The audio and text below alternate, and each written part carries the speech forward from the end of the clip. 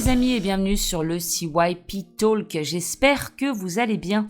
Ça fait un petit temps que j'ai pas fait de podcast, donc revoilou un podcast. En fait ce podcast, j'avais envie de vous parler de cette fameuse fusion dont je vous parle dans la dernière vidéo que j'ai postée sur les flammes Juju. J'avais fait une vidéo pour vous parler justement de tout ça et puis je partais encore une fois bien entendu dans tous les sens. Bref, je vais quand même essayer de vous en parler parce que je trouvais ça assez intéressant. Alors pour ceux qui n'auraient pas vu ma vidéo, je parlais du parcours de Flamme Juju. Alors c'est pas pour revenir spécifiquement sur cette relation flamme jumelle. Je sais qu'il y en a qui croient pas du tout à ça, d'autres qui sont à fond dedans, d'autres qui pensent que c'est intérieur, d'autres extérieur, etc., etc. Et finalement, c'est toujours pour arriver à une certaine fusion intérieure, voilà. Et donc je crois à ce parcours en tant que tel, mais je pense qu'en fait c'est le parcours de chaque âme qui évolue sur Terre. Enfin alors, je dirais pas forcément dans cette incarnation-là, mais je pense que le but c'est d'arriver à se connecter vraiment avec soi. Et parfois on part un petit peu dans tous les sens, mais je me dis bah c'est juste ça en fait.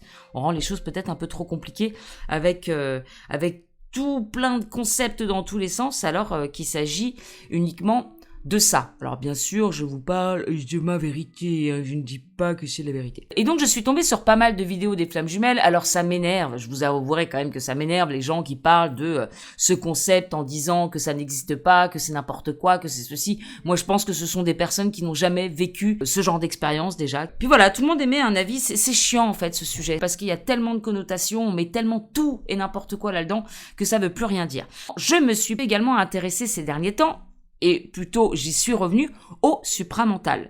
Et il y a quelques années de ça, parce que vous allez voir que ça fait vraiment les liens avec le parcours flamme jumelle, et c'est ça que je trouve intéressant, et c'est ça dont j'ai envie de vous parler dans ce podcast.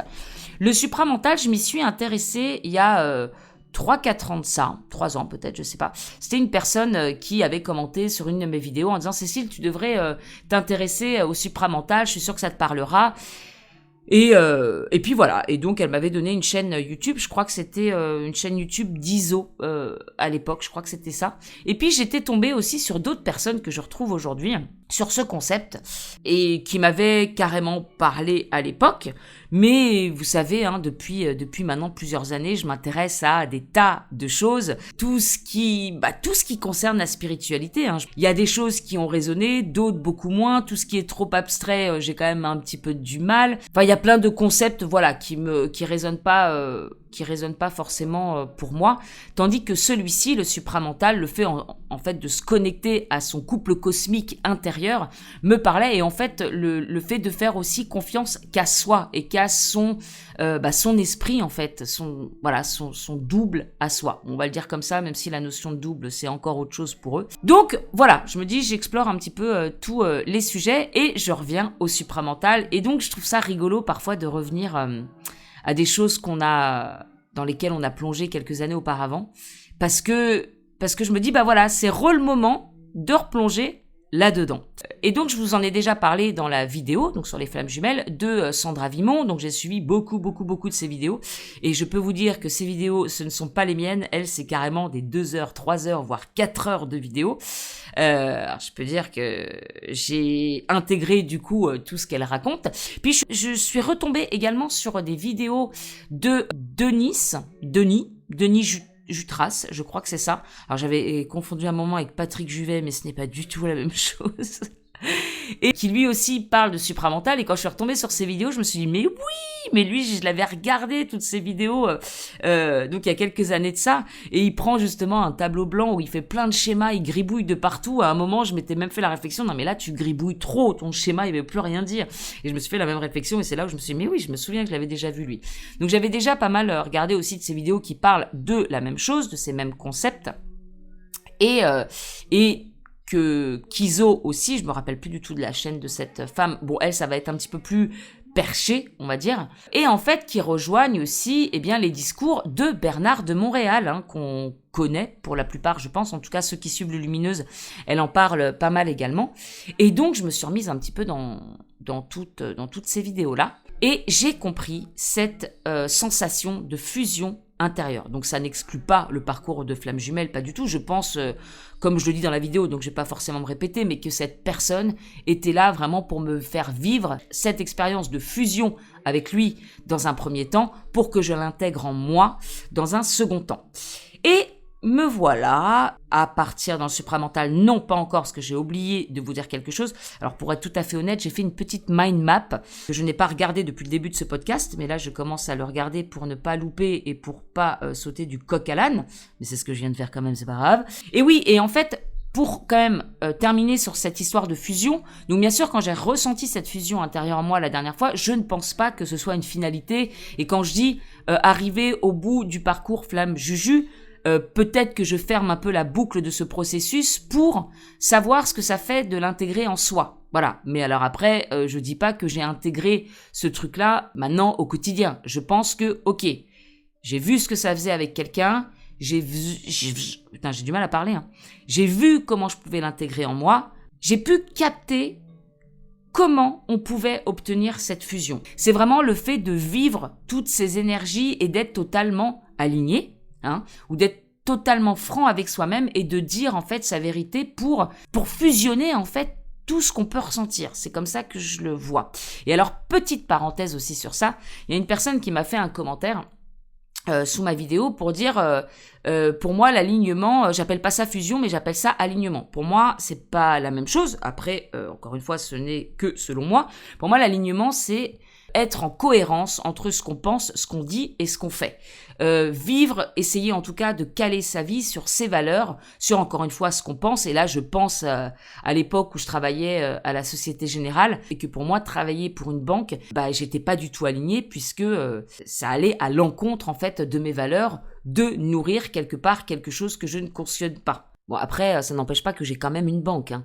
Mais en tout cas, je passe pas les 3/4 de mon temps à travailler pour eux. Voilà, c'est déjà ça. Donc voilà, c'est aussi commencer à caler sa vie sur ce qu'on est, sur ses valeurs, ce qu'on estime, ce qu'on n'estime pas, ce qui nous paraît juste, toutes ces choses-là. Bon, voilà, pour moi, c'est ça, vivre aligné avec ses valeurs. Par exemple, pareil, je ne cautionne pas ce système, je ne cautionne pas le fait d'être un petit peu considéré comme un esclave et d'aller bosser pour une entreprise qui ne m'apporte pas de sens, etc. Bon, je quitte mon job et puis j'essaye de faire autre chose. Voilà. Encore une fois, je ne dis pas que c'est facile et ça peut prendre des années et des années d'être totalement à 100% aligné avec ce qu'on est. Pour moi, d'ailleurs, c'est un cheminement. Et je pense d'ailleurs que plus on est aligné et plus on peut peut-être accéder à cette fusion intérieure. Mais pour moi, la fusion va plus être une conséquence, un résultat de notre propre alignement. Et pour moi, c'est différent. Fusion, c'est ce qu'on va ressentir. Et justement, donc cette sensation de fusion avec, peut-être que c'est avec son esprit ou l'esprit universel, je vous en parle dans quelques instants, mais avec le tout. Voilà, c'est cette fusion intérieure qui nous permet de se sentir, de sentir l'énergie en fait d'amour ou l'énergie du 1. Parce que ce soit avec cette flamme juju en 2015, que ce soit la dernière fois ce que j'ai ressenti là, c'est vraiment, vous savez, comme si le cœur s'ouvrait et un état de plénitude intérieure, comme si on était connecté à une autre sphère. Et c'est pour ça aussi qu'on appelle ce phénomène de flamme jumelle, que c'est aussi incroyable, parce que on se connecte à une énergie qui nous est quasiment inconnue au quotidien. Et cette énergie, je la retrouve aussi quand je fais des choses que j'aime et qui me nourrissent à un point tellement extrême que j'arrive à me connecter avec quelque chose de supérieur également. Il y a des moments où quand j'écoute une musique, ou quand je danse, ou quand je fais de la guitare, je me rappelle, j'en parle souvent, mais de cette fois-là où j'avais l'impression de canaliser ma chanson Create Your Paradise, je me mets à sortir en 5 minutes une musique qui en plus vibre dans mon cœur. Là, je ressens une sorte d'extase à l'intérieur, j'ai l'impression d'être complètement hors du temps et d'avoir une énergie d'amour, si on peut dire, mais une énergie de joie tellement extrême qu'elle va me faire sourire, qu'elle va faire palpiter mon cœur. Et là, c'est un petit peu ce que j'ai ressenti avec cette flamme juju, ou encore une fois, la dernière fois, où c'est moi qui m'apporte cet amour-là. Et donc, pour moi, c'est un avant-goût de ce que l'on devrait... Alors, il faut pas dire il faut, on doit, nanana. Mais en gros, c'est cette sensation que l'on devrait essayer de retrouver, en fait, que l'on devrait retrouver si on était vraiment aligné et que l'on fusionnait avec soi, c'est cet état d'être, cette connexion que l'on pourrait ressentir. Voilà.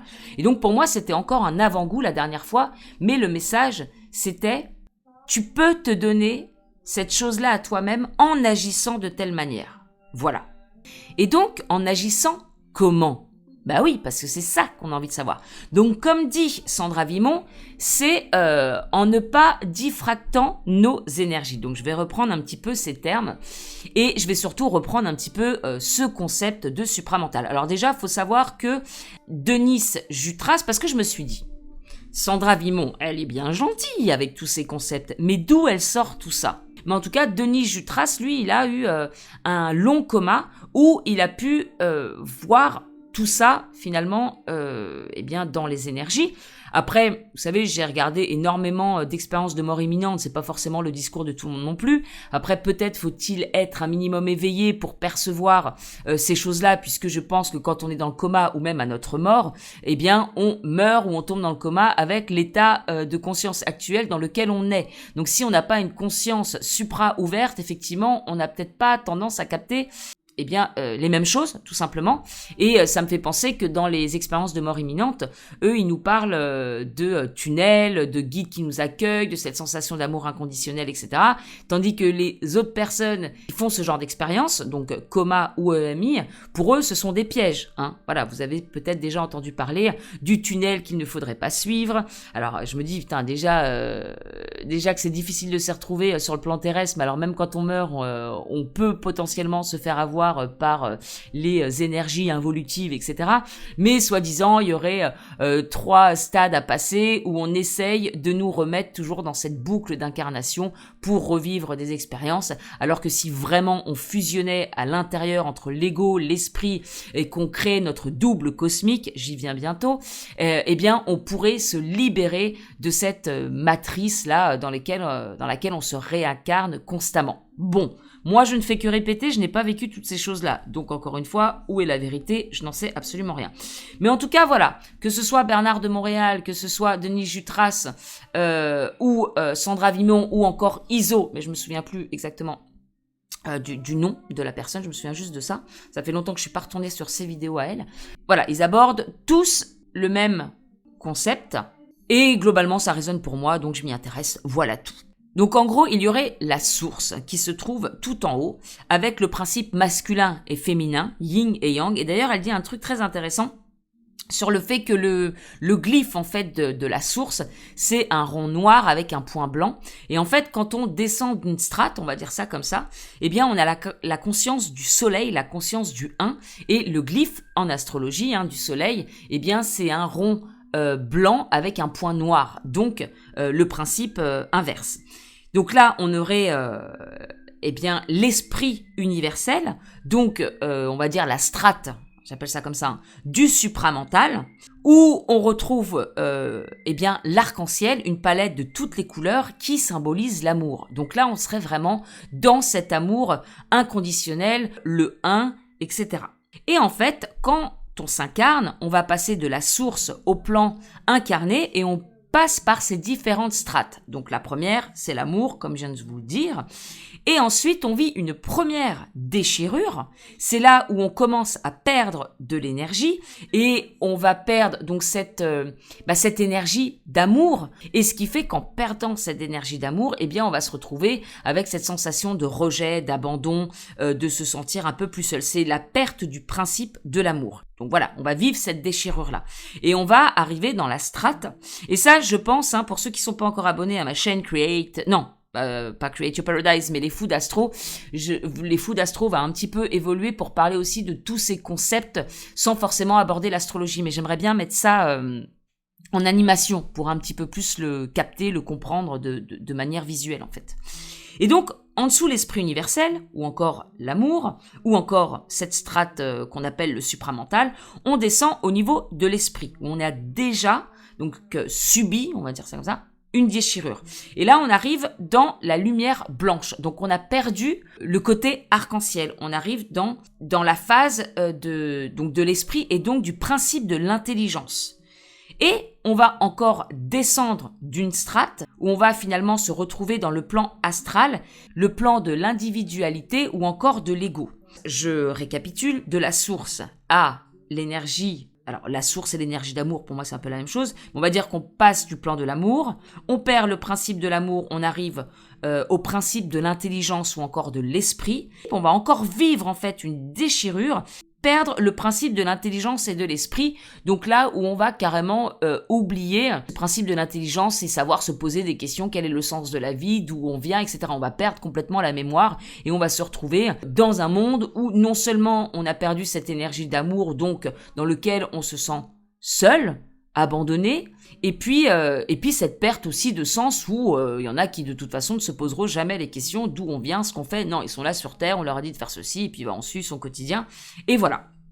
Et en fait, pour Sandra Vimont, elle appelle ça la diffraction, parce que à chaque déchirure que l'on vit, on perd de l'énergie. Et on se retrouve sur le plan terrestre, mais aussi astral. Voilà, et d'ailleurs, elle parle aussi du fait qu'il y a beaucoup de personnes qui se disent évoluer, etc., mais en fait qui se retrouvent tout simplement en haut du plan astral, mais qui n'ont pas fusionné à l'intérieur, donc qui ne sont pas repassés au niveau de l'esprit, ni au niveau de l'amour universel. Voilà, et qui se sentent super évolués, alors qu'en fait, ils sont encore coincés dans ce plan-là. Mais je pense que de manière visuelle, ça sera plus facile à vous expliquer. Je sais pas déjà si vous êtes encore là ou pas pour ceux qui connaissent pas tous ces concepts. Donc en gros, voilà, quand on est sur le plan terrestre, eh bien on a un corps sexué, on est individualisé, on a perdu cette unité qu'on peut ressentir dans des strates supérieures. Et comme elle dit, on va avoir du mal en fait à supporter notre énergie solaire sur Terre. Et ce qui fait qu'en perdant toutes ces énergies qui composent notre lumière, eh bien, on va créer des entités. Et elle parle aussi de démons. Parenthèse, podcast. Bon, je suis en train de m'écouter parce que je fais le montage du podcast et je sens bien que je pars dans tous les sens. Alors, vous savez quoi? Je vais vous lire un petit texte de Sandra Vimont qui parle justement de diffraction de la lumière pré-personnelle. C'est ce que j'essaye de vous expliquer, mais comme je me rends compte que j'ai peut-être pas non plus tout capté complètement, je préfère vous lire ce petit résumé et comme ça, au moins, ce sera très très clair. Enfin, très clair. Bref, je vous lis. La diffraction de la lumière prépersonnelle. Brièvement, cette diffraction signifie que l'ego ne profite pas de son énergie prépersonnelle, mais il la perd, car il ne parvient pas à la supporter.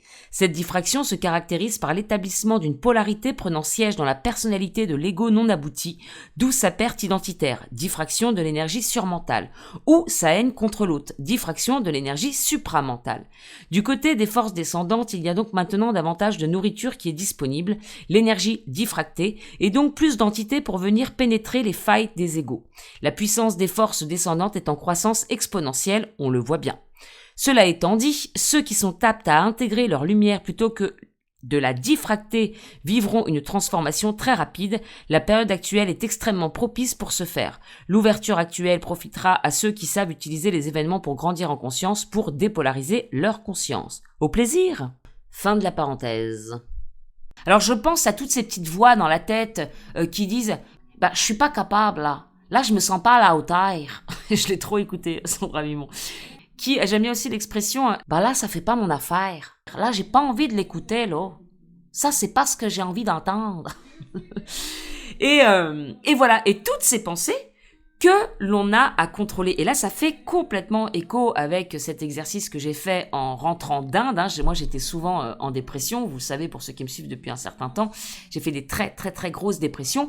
Et d'ailleurs, elle parle aussi donc de notre esprit, donc qui se trouve à la strate au-dessus, dans le surmental, en fait. Dans le surmental se trouve notre esprit qui va lui-même créer des événements pour nous faire revivre cette déchirure, pour que l'on puisse intégrer ces énergies. Mais encore faut-il prendre conscience que ces voix dans nos têtes, ça ne vient pas forcément de nous, mais de ces entités qui se nourrissent de notre énergie. C'est un peu compliqué peut-être tout ça.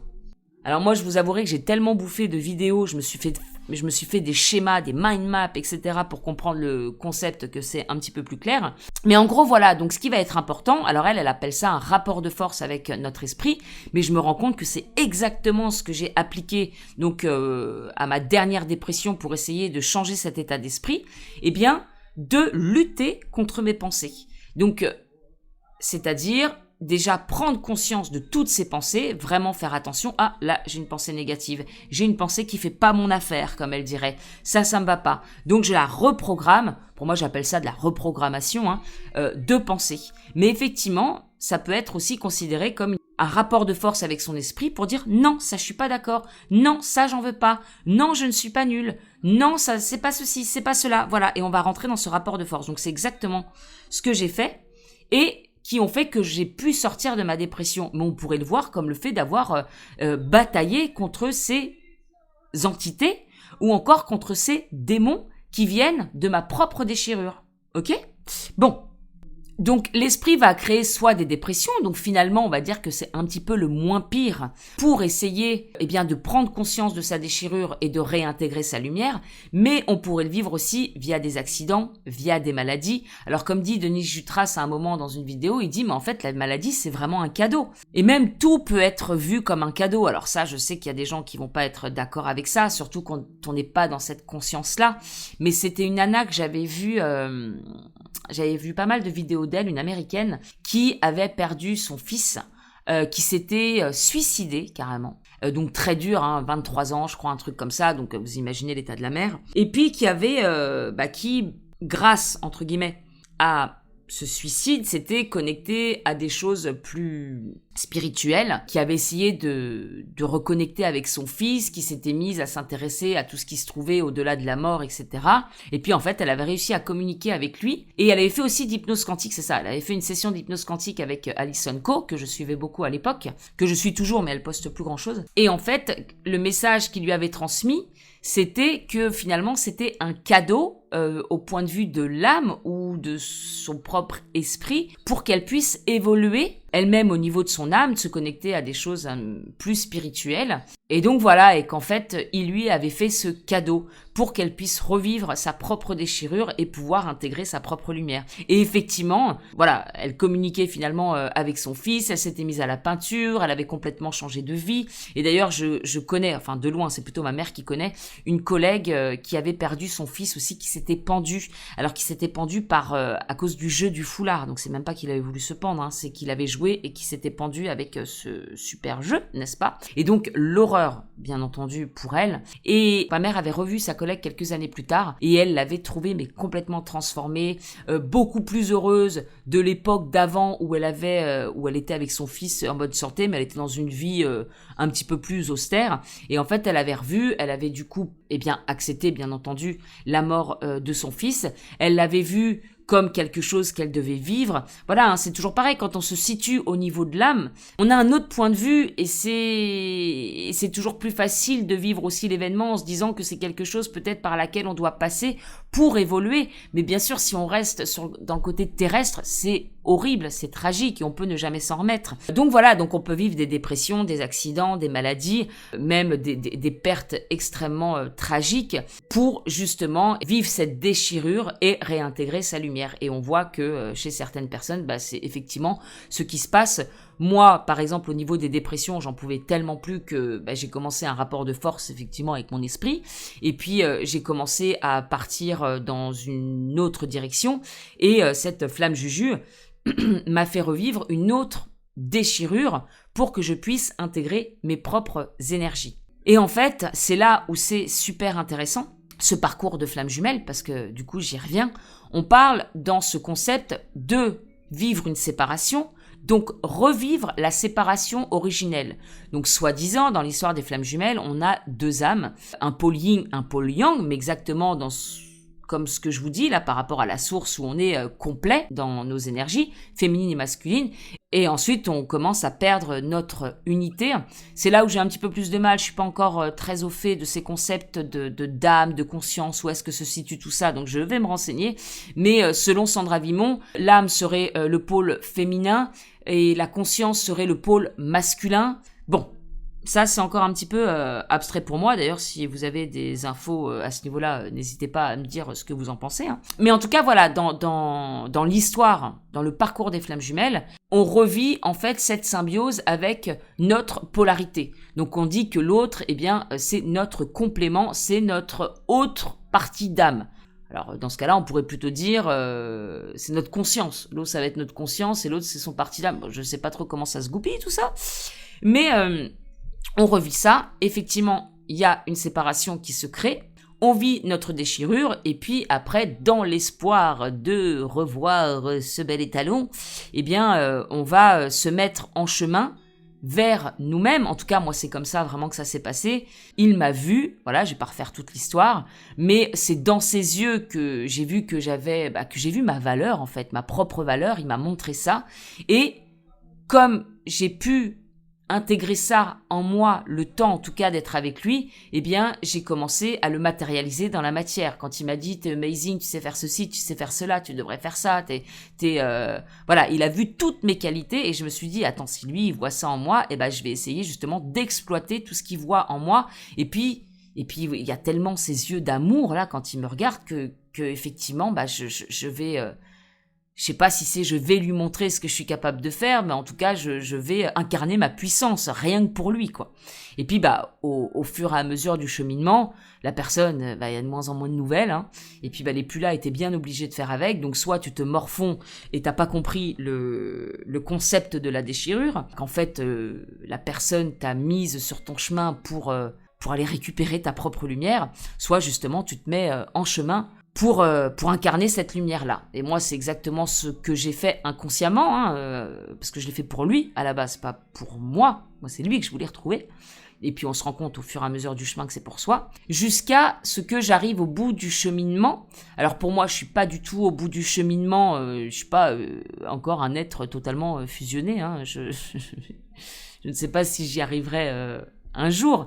Mais en tout cas, pour que j'arrive à ressentir cette même sensation de moi avec moi.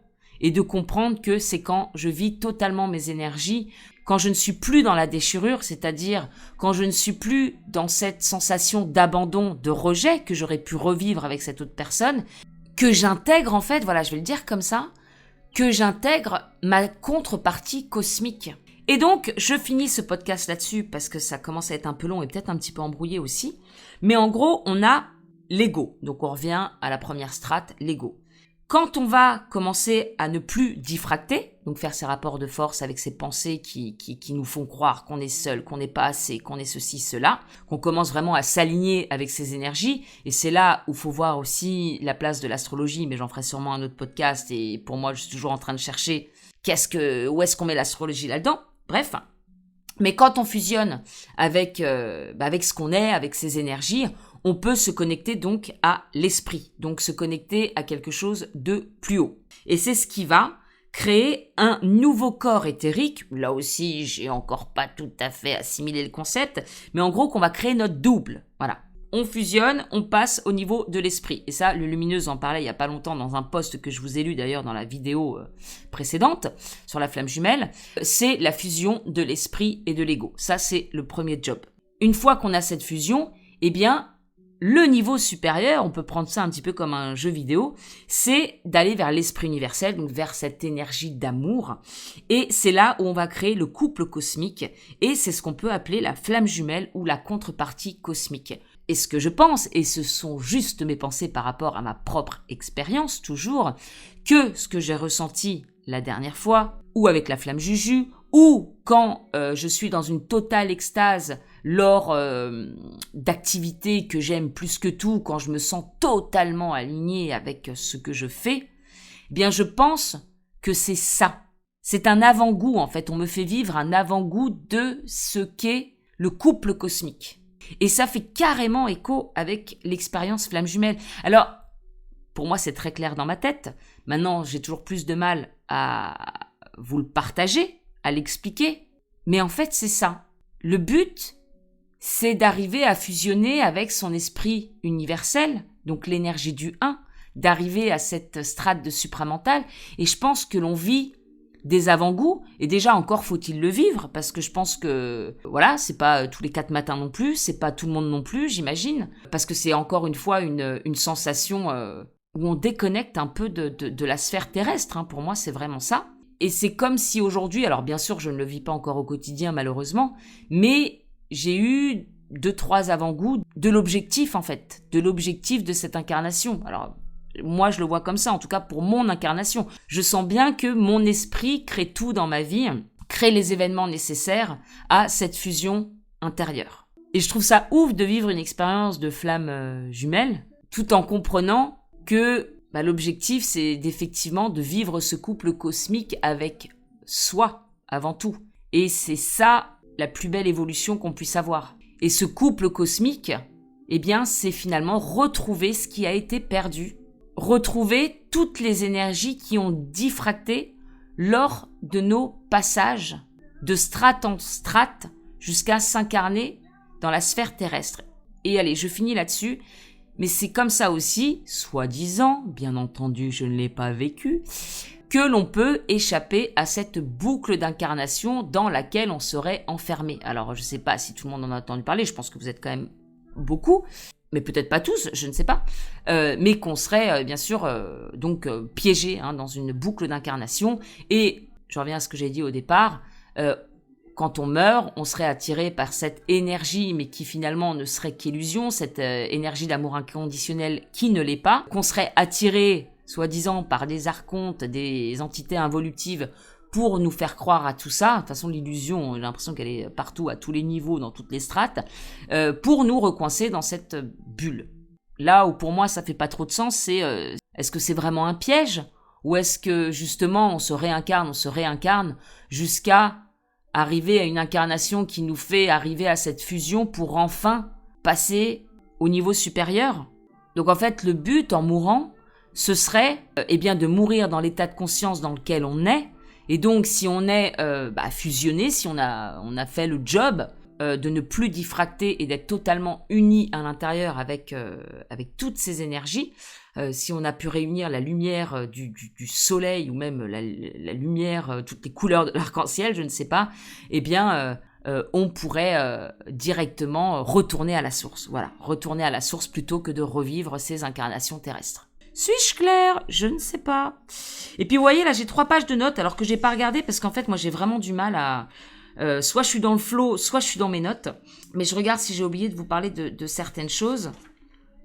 Et ouais, voilà, ici, on ne se rappelle de rien, on est dans le mental inférieur, on est dans le corps astral, corps éthérique inférieur, corps physique cellule, tout ça, c'est vraiment, ça fait partie du plan astral dans lequel on est un petit peu piégé. Et donc, à partir du moment où on fusionne l'esprit et l'ego, eh bien, on passe déjà à un niveau supérieur. Alors, quand je dis supérieur, on est d'accord, on est dans l'ego, le surmental, le supramental, et en dernier, on a la source. Selon ce que j'ai pu, en tout cas, moi, en comprendre. Voilà, mes amis, en fait, je vous parle de tout ça parce que j'ai voulu comprendre ce que c'était, cette sensation intérieure de se sentir pendant quelques secondes, voire 1 minute, allez, soyons larges.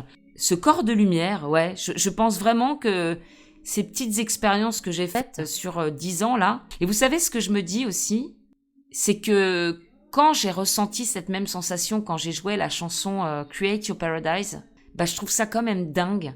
Parce que j'avais l'impression d'être dans un état de canal, de canaliser quelque chose qui venait d'en haut.